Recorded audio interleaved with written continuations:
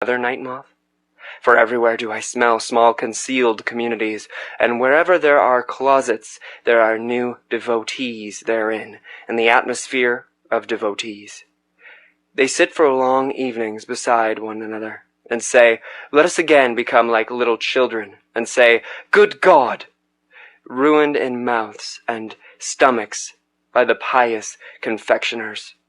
Or they look for long evenings at a crafty, lurking cross-spider, that preacheth prudence to the spiders themselves, and teacheth that under crosses it is good for cobweb spinning. Or they sit all day at swamps with angle rods, and on that account think themselves profound. But whoever fisheth where there are no fish, I do not even call him superficial. Or they learn in godly gay style to play the harp with a hymn poet, who would fain harp himself into the heart of young girls, for he hath tired of old girls and their praises. Or they learn to shudder with a learned semi-madcap, who waiteth in darkened rooms for spirits to come to him, and the spirit runneth away entirely. Or they listen to an old roving howl and growl piper, who hath learnt from the sad winds the sadness of sounds. Now pipeth he as the wind, and preacheth sadness in sad strains. And some of them have even become night watchmen. They know now how to blow horns, and go about at night and awaken old things which have long fallen asleep. 5 words about old things did I hear yesternight at the garden wall. They came from such old, sorrowful, arid night watchmen. For a father, he careth not sufficiently for his children. Human fathers do this better. He is too old, he now careth no more for his children, answered the other night watchman. Hath he not children? No one can prove it, unless he himself prove it. I have long wished that he would, for once, prove it thoroughly. Prove? As if he had ever proved anything. Proving is difficult to him. He layeth great stress on one's believing him. Aye, belief saveth him. Belief in him. That is the way with old people. So it is with us also. Thus spake to each other the 2 old night watchmen and light scarers, and tooted thereupon sorrowfully on their horns. So did it happen yesternight at the garden wall. To me, however, did the heart writhe with laughter, and was like to break. It knew not where to go, and sunk into the midriff. Verily, it will be my death yet, to choke with laughter, when I see asses drunken, and hear night watchmen thus doubt about God. Hath the time not long since passed for all such doubts? Who may nowadays awaken such old slumbering, light-shunning things? With the old deities hath it long since come to an end, and verily a good joyful deity end had they. They did not begloom themselves to death. That do people fabricate. On the contrary, they laughed themselves to death once on a time.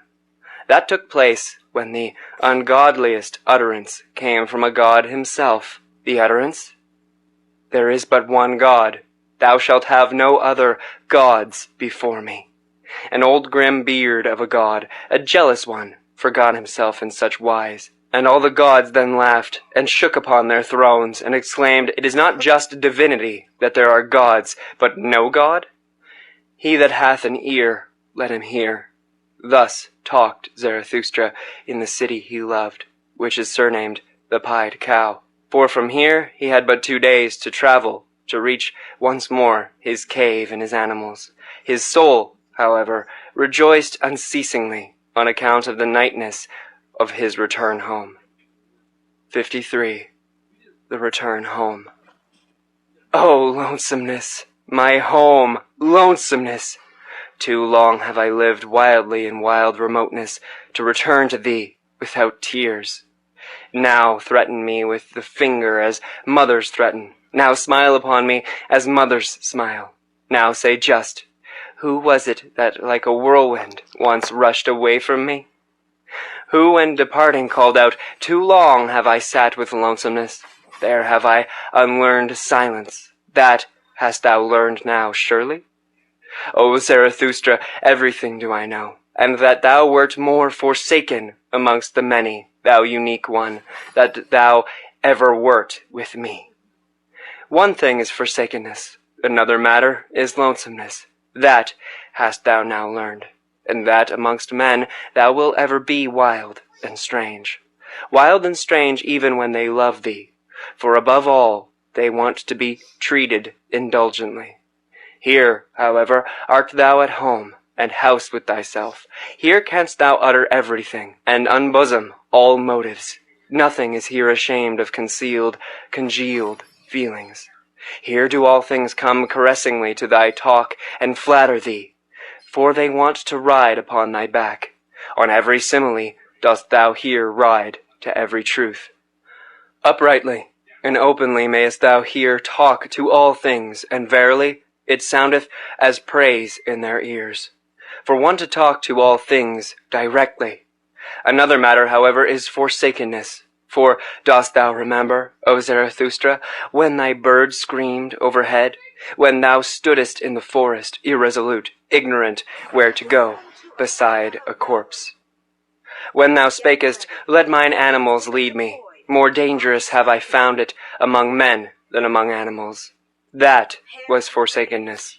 And dost thou remember, O Zarathustra, when thou sattest in thine isle, a well of wine-giving and granting amongst empty buckets, bestowing and distributing amongst the thirsty, until at last thou alone sattest thirsty amongst the drunken ones, and wailedest nightly, is taking not more blessed than giving, and stealing yet more blessed than taking? That was forsakenness. And dost thou remember, O Zarathustra, when thy stillest hour came, and drove thee forth from thyself, when, with wicked whispering, it said, Speak and succumb. When it disgusted thee with all thy waiting and silence, and discouraged thy humble courage, that was forsakenness.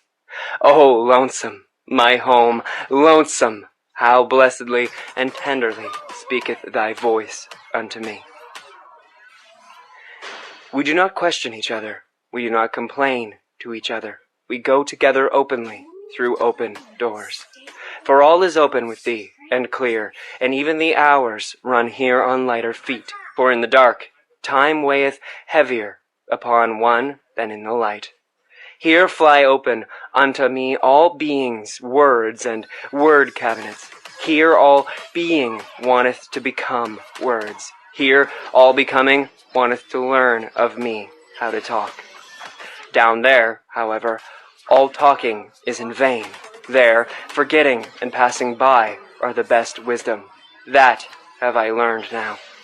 He who would understand everything in man must handle everything. But for that, I have to clean hands. I do not like even to inhale their breath. Alas, that I have lived so long among their noise and bad breaths. O blessed stillness around me. O pure odors around me. How from a deep breast this stillness fetcheth pure breath. How it hearkeneth this blessed stillness. But down there speaketh everything. There is everything misheard. If one announce one's wisdom with bells, the shopmen in the marketplace will out-jingle it with pennies. Everything among them talketh. No one knoweth any longer how to understand. Everything falleth into the water. Nothing falleth any longer into deep wells. Everything among them talketh. Nothing succeedeth any longer, and accomplisheth itself. Everything cackleth. But who will still sit quietly on the nest and hatch eggs? Everything among them talketh. Everything is out-talked, and that which yesterday was still too hard for time itself and its tooth, hangeth today, out-champed and out-chewed from the mouths of the men of today.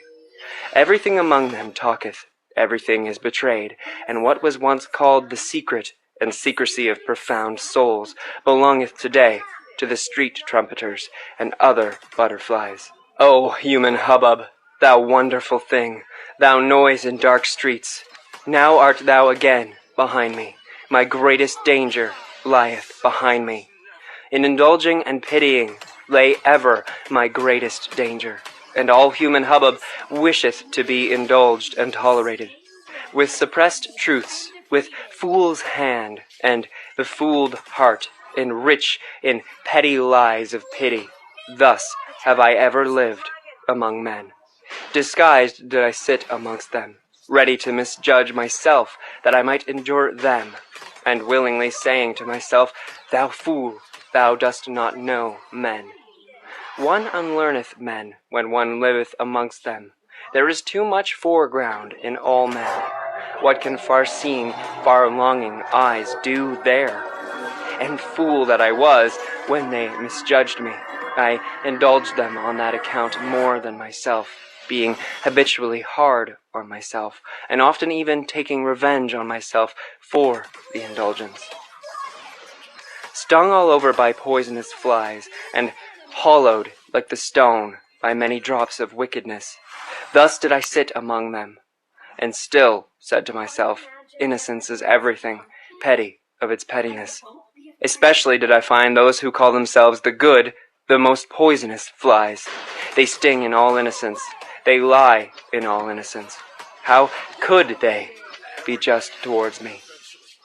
He who liveth amongst the good, pity maketh stifling air for all free souls, for the stupidity of the good is unfathomable. To conceal myself in my riches, that did I learn down there. For everyone did I still find poor in spirit. It was the lie of my pity that I knew in everyone. That I saw and scented in everyone. That was enough of spirit for him, and what was too much. They're stiff wise men. I call them wise, not stiff. Thus did I learn to slur over words. The grave diggers dig for themselves diseases. Under old rubbish rest bad vapors. One should not stir up the marsh. One should live on mountains. With blessed nostrils do I again breathe mountain freedom.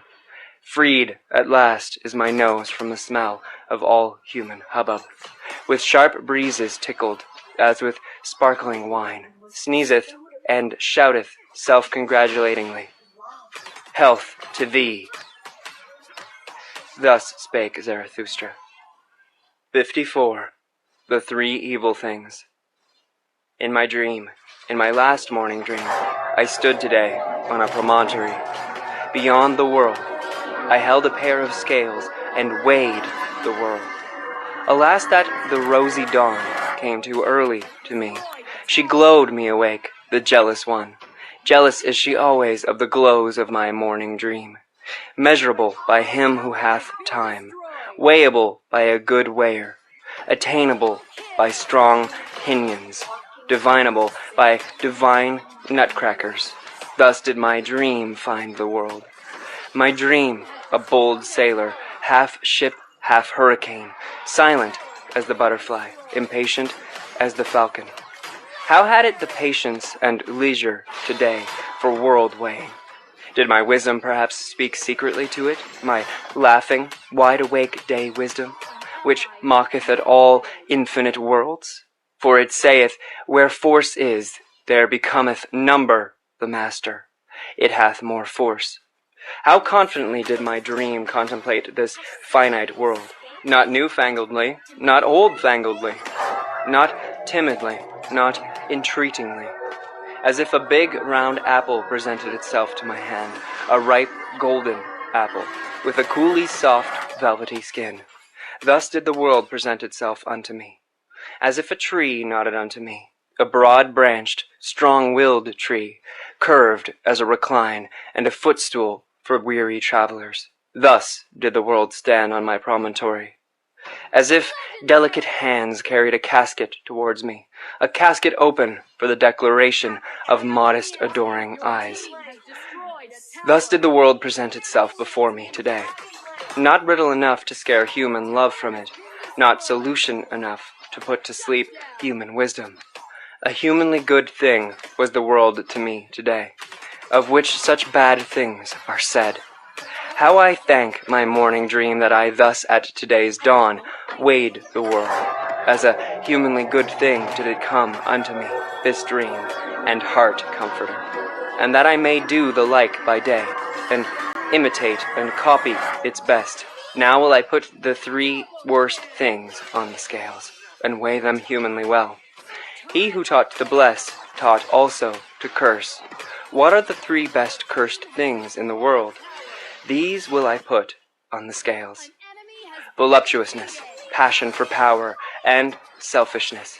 These 3 things have hitherto been best cursed, and have been in worst and falsest repute. These 3 things will I weigh humanly well. Well, here's my promontory, and there's the sea. It rolleth hither unto me, shaggily and fawningly, the old, faithful, 100-headed dog monster that I love. Well, here will I hold the scales over the weltering sea, and also a witness do I choose to look on. Thee, the anchorite tree, thee, the strong-odored, broad-arched tree that I love. On what bridge goeth the now to the hereafter? By what constraint doth the high stoop to the low? And what enjoineth even the highest still to grow upwards? Now stand the scales poised and at rest. 3 heavy questions have I thrown in. 3 heavy answers carrieth the other scale. Voluptuousness, unto all hair-shirted despisers of the body, a sting and stake, and cursed as the world by all backworldsmen, for it mocketh and befooleth all erring, misinferring teachers. Voluptuousness, to the rabble, the slow fire at which it is burnt,